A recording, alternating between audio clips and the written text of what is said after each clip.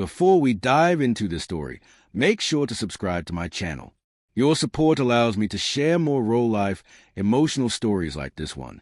When Daniel first brought it up, I couldn't help but laugh. Not a polite chuckle, something sharper, threaded with disbelief. "Really?" I said, shaking my head. "You're jealous of Ethan? He's my best friend. We've known each other since college. You're being ridiculous."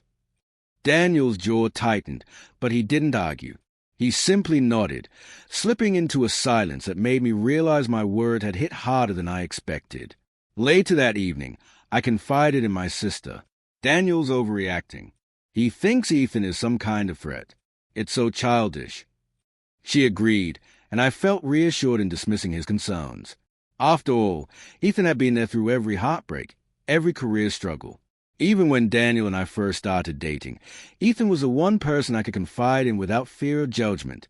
But I failed to see it from Daniel's perspective. Ethan's messages were constant, and I always responded immediately. Sometimes, during dinner with Daniel, I'd laugh at Ethan's jokes while my husband watched.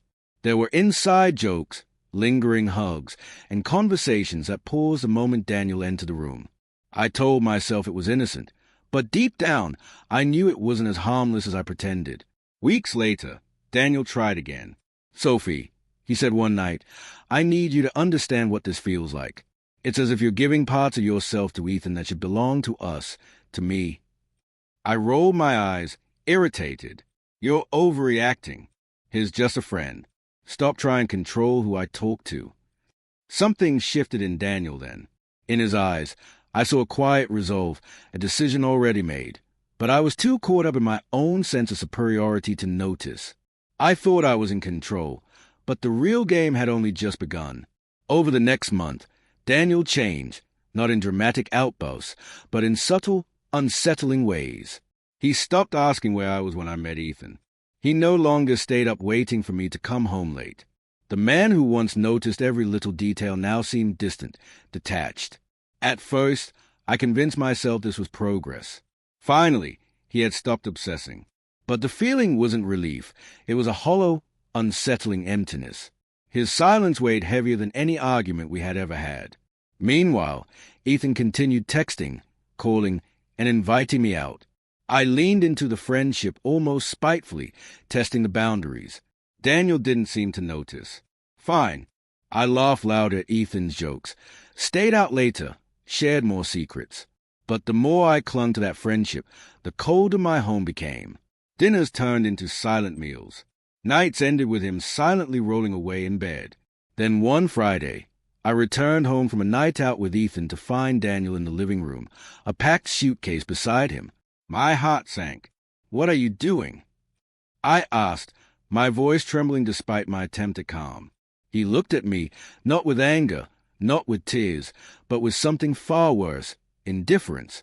"I can't do this anymore, Sophie," he said evenly. "I warned you. I told you how it made me feel, and you mocked me.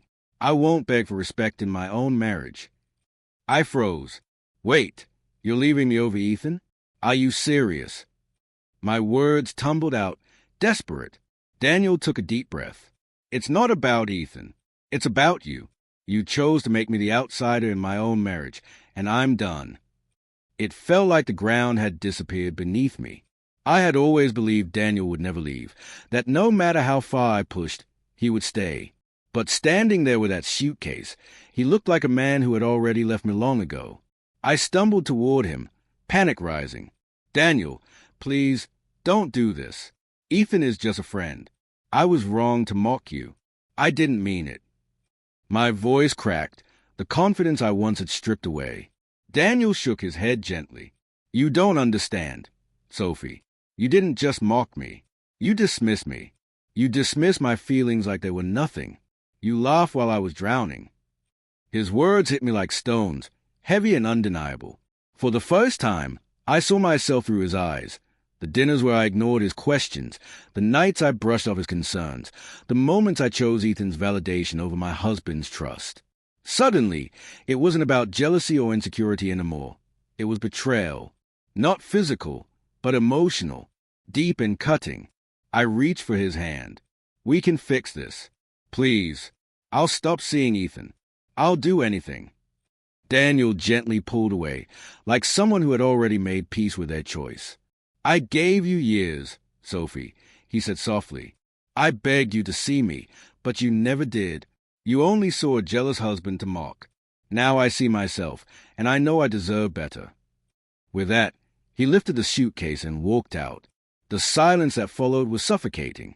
I sank onto the couch, replaying every cruel laugh, every sarcastic jab, every moment I made him feel small instead of safe. Ethan's text lit up my phone, but for the first time, it didn't matter. His attention meant nothing compared to what I had lost. I had always believed Daniel would always be there. I was wrong. My mockery had carved a canyon between us, and when he finally crossed it, he didn't look back. That night, I realized too late that the man I dismissed as jealous was the only one who had ever truly loved me.